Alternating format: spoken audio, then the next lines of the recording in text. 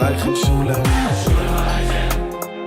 עלייכם שולם, ein mul, zwei mul, drei mul, noch amul. דוד מלך ישראל חי וכיום, דוד מלך ישראל חי וכיום, דוד מלך ישראל חי וכיום.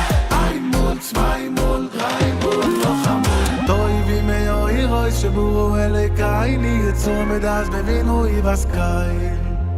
כוח יגבירו, נו סמבו, הם לי אוי ספוי שלי מקרב טייבי. שולם עלייכם. Hello everyone, we are now in Kiddush Levana and are now dealing with the following situation. What happens if you forgot, if you said it or not? You know, there's sometimes Motzei Shabbos that you remember what you did, and there's sometimes Saturday nights that you forget what you did. So what happens if it's one of those Saturday nights and you forgot? Did you say it or didn't you? That's called Safek Brachot. In general, we say Safek Brachot Lahakel, or in the abbreviation Sabal. Very nice. But that is going to be dependent on the question that we threw out. Is it a Birkat HaMitzvah, Birkat HaNehenin, or Birkat HaShevach? If it's a Birkat HaMitzvah, it's clear, Safek Brachot Lahakel, you would probably not make the bracha again, but you would do the mitzvah. Here, on the other hand, the mitzvah is the bracha, or the bracha is the mitzvah. So by not saying the bracha, you're not doing the mitzvah. Indeed, the Orchot Chaim, and there's plenty of them, so we're talking about the Orchot Chaim known as the Spinka Orchot Chaim. The Spinka Orchot Chaim was written by Nachman ben Chaim Aryeh Kahana, and in his Orchot Chaim on the Shulchan Aruch, he says in the name of a book named Divrei Menachem, which I don't know who it is, there's no Safek Brachot Lahakel when the bracha is the mitzvah. So therefore, since in Kiddush Levana the bracha is the mitzvah, you don't say Safek Brachot Lahakel, but rather, if you're in doubt, you do go ahead and say the bracha. However, he brings a descending opinion from the should called Chakikei Lev that says even in that case you say Safek Brachot Lahakel. Well, that's if it's a Birkat HaMitzvah. If it's a Birkat HaShevach, so he goes on to say in a different place that according to some, Birkat HaShevach, you can always say the bracha because you're giving praise to God. It's never levatala. It's never in vain because praise is praise. So you're praising God. Once again, even if you said it once, you could say it again.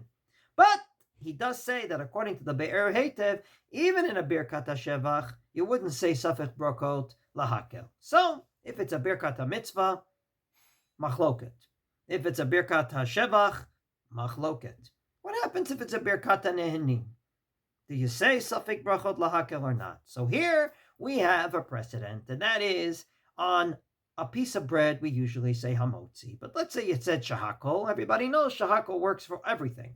But there's another option. The Shulchan Aruch says if you said the words berich rachmana malka mayre tahapita yatza. You say not in Hebrew, but in Aramaic, blessed God, berich rachmana malka, the king that made the bread, then you're yotze. Explains the Mishnah Brura. You basically said all the right words, just in a different language. There's no obligation to say it in Hebrew. You said it in Aramaic. You said ultimately God's name. That's Rahmana. You said that he's the king. Malchut, Malka. Good enough. Comes along a group led by many, including the Aruch HaShulchan, and says that this would work for a bracha rishona and a bracha achrona. Namely, you're saying it in Aramaic, so it's no bracha levatala, but you are yotze the bracha. And therefore, you could say it 100 times a day, because at the end of the day, you can basically make a deal with God. If I'm obligated in this bracha, I'm saying it. If I'm not obligated, then I'm just saying a few words in Aramaic. I'm just saying it, the word God. That's with regard to Birkat HaNehenin, say Hamotzi.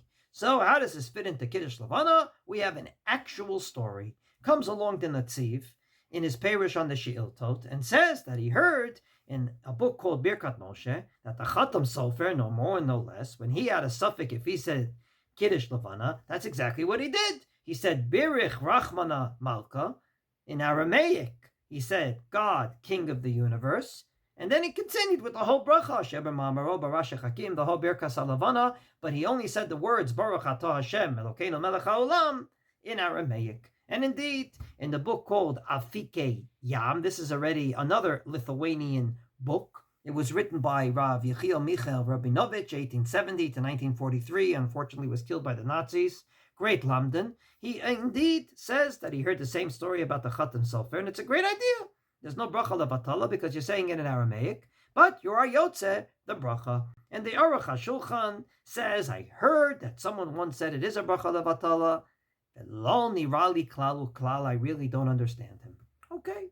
Well, the one who said it was no other than the Chatam Sofer. The same Chatam Sofer that allegedly said it for Birkat Levana apparently said these words at the beginning of his Perush, the Maseches Nedarim. He says that if you say a Shvua in Aramaic in God's name and it was false, then you are in violation of Lo Tisa Shem El Hashem Elokecha Lashav, using God's name in vain. And he goes on to say, Hu adin lihinyan motzi shem shamayim levatala or bracha levatala. It's the same thing in brachos. So from this perspective, we have a machlokes Chatam Sofer story with Chatam Sofer Perush. And indeed, Rav Moshe Feinstein says this is not a solution. This is only a solution if you say the entire bracha in Aramaic. But if you only say the part of the bracha with God's name in Aramaic and the rest not in Aramaic, this wouldn't work. And number two, he says, this would be subject to a big machloket between the Shach on the one hand and the Chavot Yair on the other. If you say God's name in a different language, like he brings Gat Bilashon Ashkenaz, God, as we say it in English, are you indeed in violation of all the things that have to do with that name? Say, if you erase it, are you in violation of erasing God's name? According to the Shach, you're not. You're allowed to erase it. But according to the Chavot Yair, you are. You're not allowed to erase it. But he goes on to say that according to the Mishnah Brura, indeed, if you say the name God, even though it doesn't have the Kedusha of God's name in Hebrew, and you're allowed to erase it, it's still a bizayon to say it, say, in a washroom, in places that you're not allowed to say God's holy name. In other words, from this perspective, you don't gain anything, because says Rav Moshe Feinstein, that it's like saying it in Hebrew at the end of the day. According to the Chavot Yair, saying it in any language is the same as saying it in Hebrew. And according to the Mishnah Brura, even though you're allowed to erase it, you're still not allowed to say those in Aramaic or in English in places that are places that you're not allowed to say God's name. So this solution would not work. So, to make a long story short, we indeed have a machlokas. What happens if you're in doubt? If it's a birkat mitzvah, on the one hand, safek brachot lahakel, on the other hand, when the bracha is the mitzvah, maybe we don't say that. If it's a birkat shevach, maybe you could say a shevach anytime you want because it's just praise, but we saw a machlokas about that too. And if it's a birkat nehenin, even though we have this great solution with hamotzi, it may not work here because it's a machlokas Chasam Sofer story against Chasam Sofer in his Perush on Nedarim, and indeed Rav Moshe Feinstein says it isn't a solution. And therefore, my suggestion is, don't get into a doubt. When it comes to Kiddush Levana, make sure you say it. If you don't, make a note in your Google Calendar, and once you said it, make sure it's erased so you don't have a doubt, because any way you slice it, Birkat Mitzvah, Birkat HaNehenin, Birkat HaShevach, when you're in doubt, there's going to be a machlokas if you could say it.